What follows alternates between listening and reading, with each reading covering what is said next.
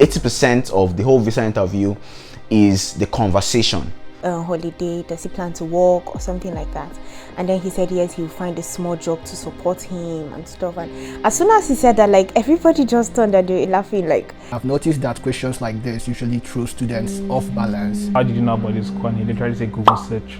And so how much money do you have and how are you able to build such big amount of wealth? Some people tend to lie going for the interview and they're asked the exact same question and completely different answer. Can also lead to a temporary ban. If you're new to this channel, welcome. My name is Nzube.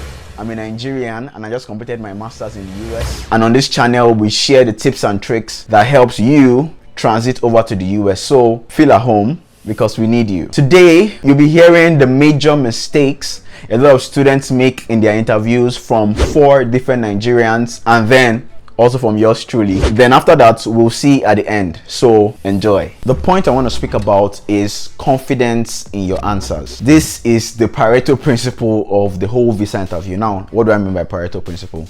Pareto principle says that 20% of the input leads to 80% of the results. So this is the 20% that yields the 80% of the outcome of your visa interview. Now, I was watching an interview with an ex-visa officer, and then she said indeed that the 80% of the whole visa interview is the conversation, that the paperwork, which people think visa officers like to check, is just 20%. She also even went further to say that the consular officers, they don't really like checking paperwork and documentation like that, which I find to be very true, since in the 4 interviews I went for, I was never asked for any paperwork. I brought all of them, like they were all there with me, but I wasn't asked for any of it during the visa interviews. The link to the interview with the ex-visa officer is in the description below, so you might want to check that out. So I know it's not easy for us as Nigerians, the whole confidence thing based on our upbringing, but hey, it's something that can be learned. So practice, speak more in public, practice building your confidence, as it will help project your answers in a much better way. so one major mistake I think people make, because I remember during my own visa interview, there was this guy in front of me that was being asked what are his plans during maybe the summer holiday, does he plan to work or something like that? And then he said yes, he'll find a small job to support him and stuff. And as soon as he said that, like, everybody just turned and they were laughing. Like, we knew he messed up, but mommy, I didn't have mind to laugh. Oh, hey, I've not done my interview. Why am I laughing at another person? The way I frowned and I was praying in my mind. So as he said that, it was obvious like he messed up. So before then, when I was preparing with the person who was prepping me, I was told that do not mention anything in that manner. So I was advised that when you're being asked, like, if you have plans to work or what do you plan to do during the summer holidays that are long and school is not in session, you can just say things like you hope to volunteer with maybe industry companies that work alongside your course, something like that. Or you can even say you plan to work on your thesis, so you take like some online courses to guide you, stuff like that. So yeah, I think for that guy, he actually didn't get his visa, so I don't know if that was the reason, but that was an added plus to his visa rejection, to be fair. And another thing I think helps is when you're answering your questions, always add the fact that when you go back to your home country, what do you plan on doing with this degree? Mention that when you come back to your home country, this degree will help, like whatever your answers are. Include that when you go back to your home country, like that is always helpful. They want to know that you have plans to go back to your home country. You're not coming to stay. Nobody wants a liability in their country, so that's very helpful too. I would like to start by stating an acronym I live by. It's known as the 5 P's. So it's proper preparation prevents poor performance.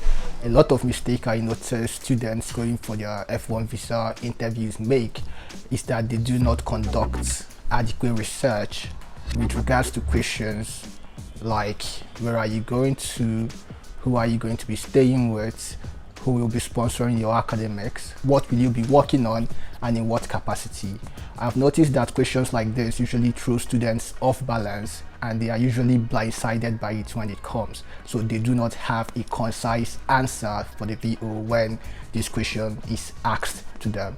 So my 2 cents on this issue is for students to prepare, do not leave any stone unturned, and make sure you do not think that a question is too little and you ignore it. So make sure you research. do not give yourself room to be blindsided or to be confused by a VO when he or she asks you a question. So one of the common mistakes that people make when during visa interviews for US is that when they're being asked a question by the consular officer, they just go straight to the point. For example, when I had an interview, I witnessed when they asked one the question, how did you know about this school? And he literally said Google search. If you think about it, that's a very ambiguous answer. And also they might ask you, have you been to the US before? Some people just go straight to the point and say yes or no. But if you can explain further when giving an answer, it's better, because one, consular officers have such limited time for interviewing a person, so it takes us much time, and they'll probably stop you in the middle of the answer. And second, again, it shows that you are confident about what you're saying, and it makes them to trust you more. For example, if they ask a question, have you been out of the US before? Yes, I traveled to the US in 2005 for a vacation with my parents. And when I traveled for the vacation, the US is very, very nice. And during that time, I also began to research about schools in the US that align with my research studies, and I realized that there are a lot of researchers or a lot of schools that does that. If they ask you how many siblings do you have, for example, that was the question they asked me. I said, oh, I have, X number of siblings. This is what this person is doing. This person has graduated this year, and this other person is in this country. So always explaining is very, very good. Then another point again I'll say is follow established principles.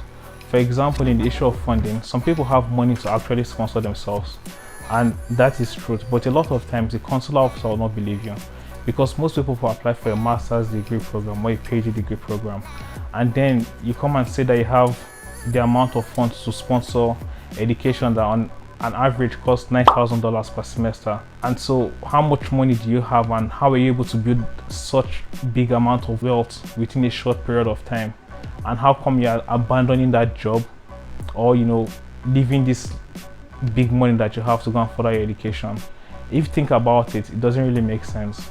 So it's very simple to just say, oh, my parents are going to sponsor my education, and then you transfer the money and use the bank statement of your parents. So those are two common mistakes that people make. A common F1 visa interview mistake people tend to make is lying. The visa interview process, there's first filling the application form, which is the DS-160 form, and also attending the interview itself. So let me start with the DS-160 form. So while filling out this form, you want to make sure you fill all the questions you're asked as honest as you possibly can. Some people tend to lie or change their situation on these forms. Then they end up going for the interview and they're asked the exact same question, and they end up giving a different story or a completely different answer to the same question. And this kind of scenarios lead to red flags, and eventually people tend to get denied based on these kind of things. And aside even just being denied, lying generally when detected by the consular officer can also lead to a temporary ban, or in some extreme cases a permanent ban, or maybe even the person having to face some sort of criminal case. So you typically don't want to lie when you are applying for the F1 visa interview. As you've seen, it all boils down to your preparation, just like this video you're watching now. So thumbs up to you. To also help turbocharge your visa application process, check this playlist where I compile some videos especially for you. You want to watch that next. Thank you so much for watching. Subscribe if you haven't. Come on, hit that red button just down below. Yes, that one. Thank you. And then I'll see you in the next one. Bye.